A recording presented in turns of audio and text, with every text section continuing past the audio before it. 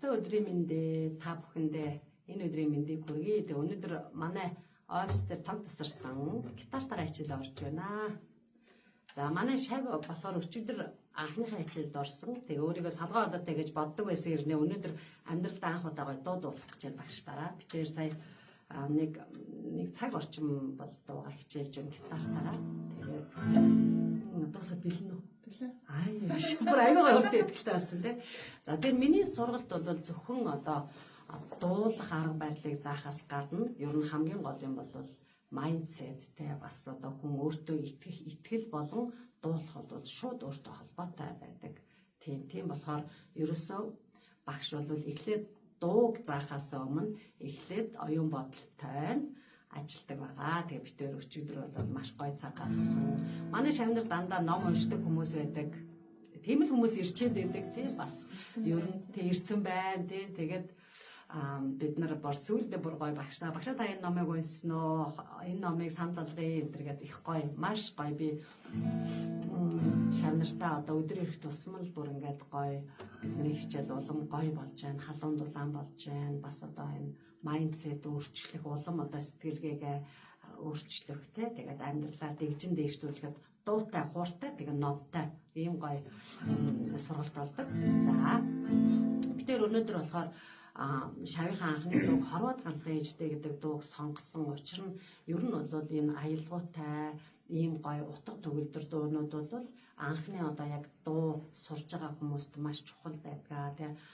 Дууны сонголт бол маш чухал. Тэгээд энэ дуу манай шавьд бол таалагдсан гэж бодож байгаа. Хоолойд нь бол хөөрхөн тохирч байгаа.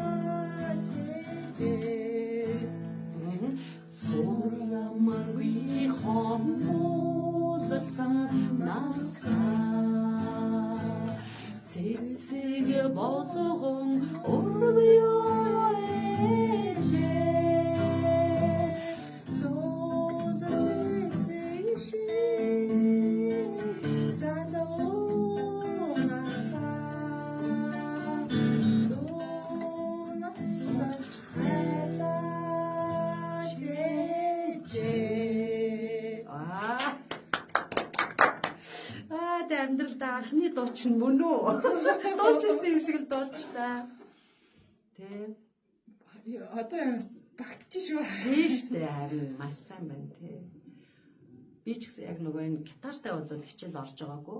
Манай одоо нэг шам маань болохоор өөрөө гитар тоглодог. Ер нь бол яг хүүхд байхдаа гитар тоглодог байсан. Тэгээ өнөөдөр бас тог тасарсан завшаанаар ингээ гоё гитартай байсан чи надад бас их сонин гоё санагдчихэ.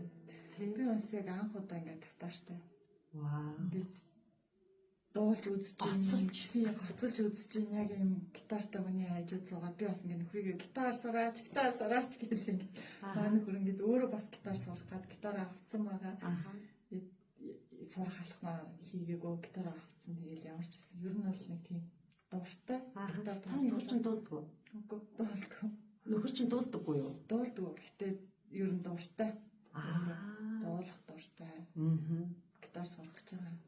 За та хоёр тэгвэл аюу гоё нөгөө дуутай хөгжимтэй ингээ гоё юм гэр бүлийнхаа уур амьсгалыг илүү гоё тийм болох гал аюу алхам хийдэг хүмүүс юм тий.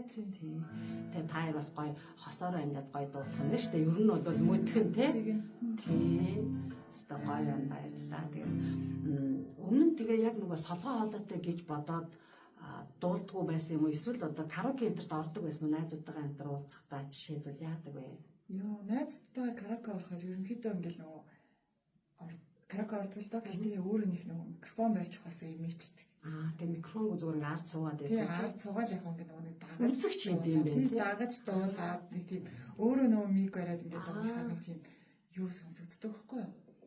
Одоо өөр сонсогддог. Тэгээд машин тэргэнд явж байхдаа бас яг дуу муу дагаад дуулдаг л да. Тэгээ тэрийгээ бас би бичиж сонсож үзсэн. За. Тэгэхээр ер нь л биш байна да гэж нөгөө өөрөө хаалыг сонсчаад. Тэгвэл сая одоо багштайгаа ингээд дуулахад яг ганц хоёр нэг жижиг юм байгаа л да. Мэдээж тэрийг хоёлаа ажиллана. Багштайгаа ингээд хоёлаа хичээлээ ингээд дуулахад одоо яг тэр үеийн бодлоос одоо ямар бодол төрж байна? Би өөрөө нөгөө чадахгүй мэн гэж зүгээр ингээд орхицсан юм байна. Тэрнээс үл яг ингээд хичээгээд бас дуулвал бас хөрх юм гарч ирэхээр байна. Тий. Тэгээ хамгийн гол нь нөгөө нэг яг дууныхаа гол хөгжим, дууны өнгөө ингээд яг маш сайн дагах хэрэгтэй байгаа даа шүү дээ. Тий. Анхаарлаа төвлөрүүлээд тэгээ бас нөгөө талаар өөртөө ихтэй байх тий. За баярлалаа. Анхны заснаар анхны дуутай болсон байна. Баяр хүргэе. Амжилт хүсье.